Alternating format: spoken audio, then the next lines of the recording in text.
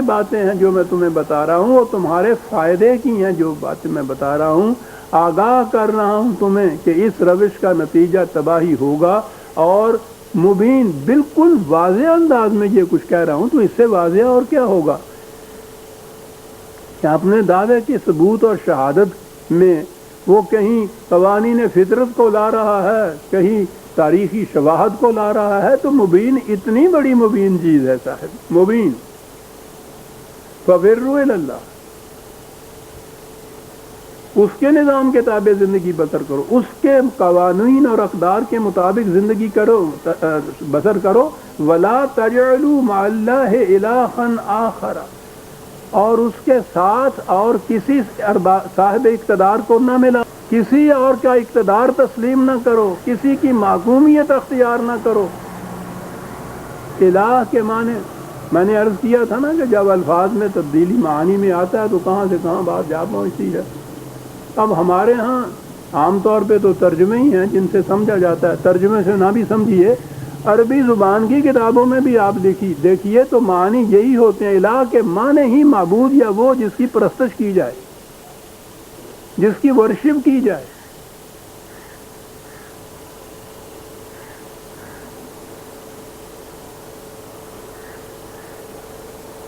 اب پرستش اور ورشپ کے لیے اگر ہو کہ پرستش اسی کی کرو، اس کے ساتھ کسی اور کی نہ کرو، تو ہر مسلمان مطمئن ہو جاتا ہے کہ میں تو بتوں کے آگے جھکتا ہی نہیں، میں کسی اور کی پرستش نہیں پڑھا، پرستش تو اسی کی کرتے ہیں۔ پرستش اس کے معنی ہو گئے۔ وہ پوچھو اس زمانے کے عربوں سے کہ الہ کے معنی کیا لیتے تھے، وہ قرآن سے پوچھو الہ کے معنی کیا ہیں، جس کی محکومیت اختیار کی جائے، جس کا اقتدار تسلیم کیا جائے، کسی اور کی محکومیت اختیار نہیں کرنی۔ یہ تو تذلیل انسانیت ہے، کس کی محکومیت اختیار کرے گا؟ اگر وہ سپرسٹیشن جہالت ہے تو کائنات کے جو مظاہر ہیں، چاند، سورج، ستارے، دریا، بڑے بڑے درخت، وہ جیسے ہمارے ہاں ہمارے پڑوس میں قوم بستی ہے، ان کی کیفیت یہ ہے، وہ ان کی پرستش کرتی ہے،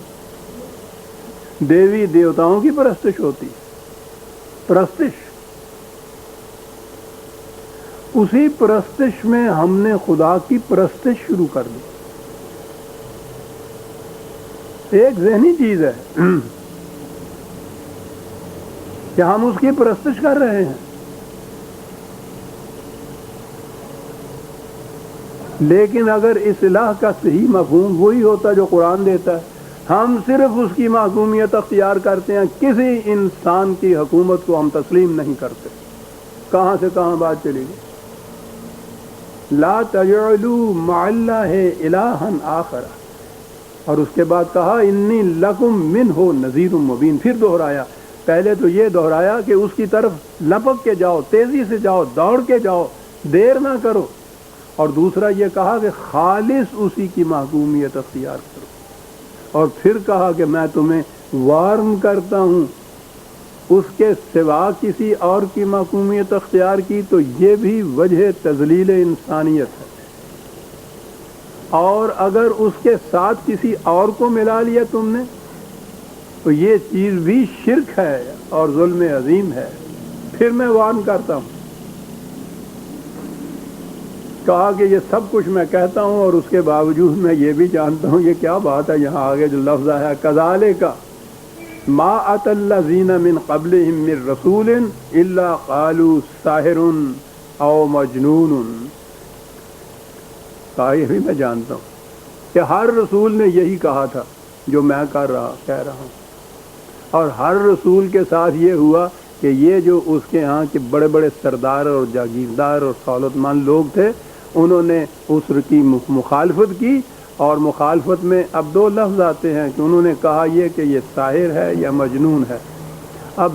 سحر یا ساحر کے معنی ہمارے ہاں جادوگر لے لیے جاتے ہیں کہ یہ جادوگر ہے یا پاگل ہے۔ سحر کے معنی جادو ہی نہیں ہوتے، باطل چیز ہوتی ہے۔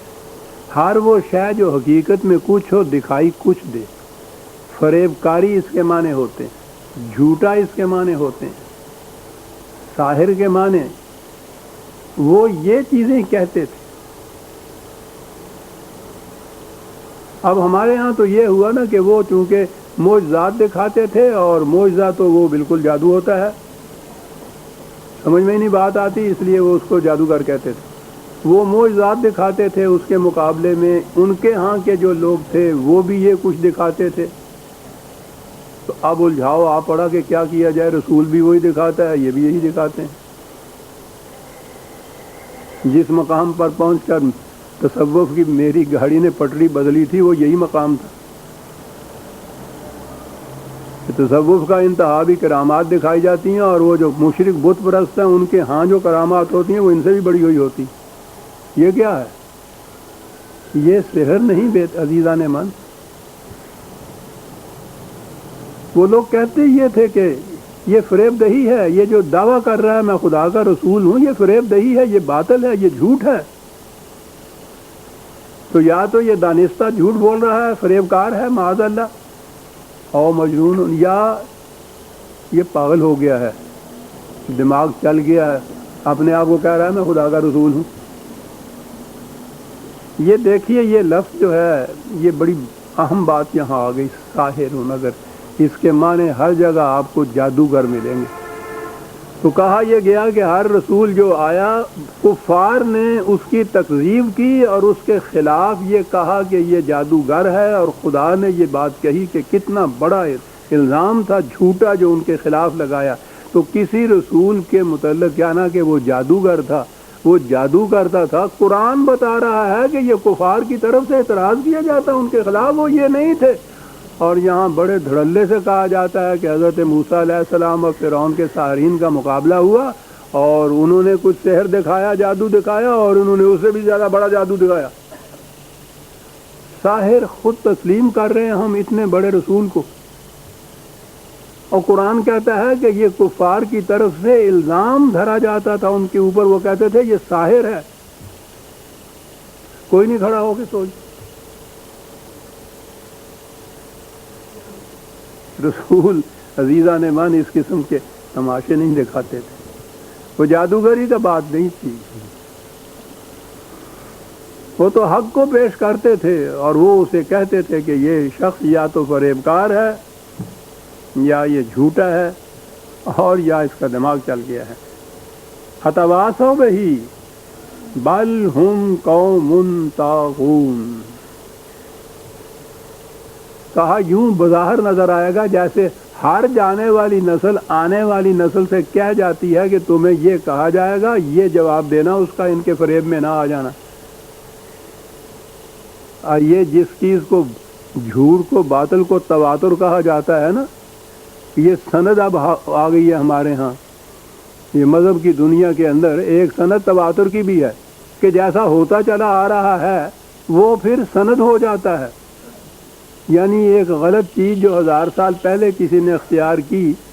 اگر وہ ہر نسل اس کو اپنے آباء و اجداد کا مذہب سمجھ کے تقلیداً اختیار کرتی چلی آ رہی ہے،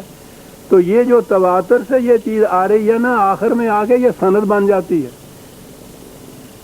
قرآن کہتا ہے کہ یہ نظر آئے گا کہ جیسے وہ ہر نسل آنے والی نسل سے یہ کہہ دیتی تھی کہ ایسا کرنا تم نے، اور وہ چلی جاتی تھی، وہ یہی کہنے لگ جائے۔ تقلید اسلاف اسی کو تو کہتے ہیں کہ کسی دور کے کسی انسانوں کے گروہ کی اتنی بڑی شخصیت تسلیم کر لی ان کی، اور پھر یہ ہے کہ انہوں نے جو کہا ہے وہ آگے منتقل ہوتا چلا آ رہا ہے، بغیر سوچے سمجھے، بغیر قرآن کی سند پیش کیے ہوئے منتقل ہوتا چلا آ رہا ہے، ہم تک آ گیا۔ صاحب اس کے صحیح ہونے کی سند کیا ہے کہ جی سند تواتر ہے۔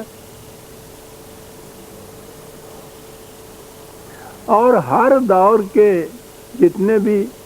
ان کے ہاں کے اکابر ہیں، اپنے دور کی نسل، اپنے دور کی قوم، اپنے دور کے مسلمانوں کے متعلق وہی رونا روتے ہیں جو آج ہم رو رہے ہیں کہ فاسق ہیں، فاجر ہیں، اسلام سے دور ہو گئے ہیں، ان کا کردار نہیں رہا، ان کا اخلاق نہیں رہا۔ ہر دور کے، کسی دور کے جو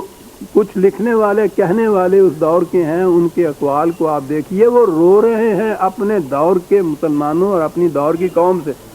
اور یہی جو قوم نسلاً بعد نسلاً چلی آ رہی ہے ان کے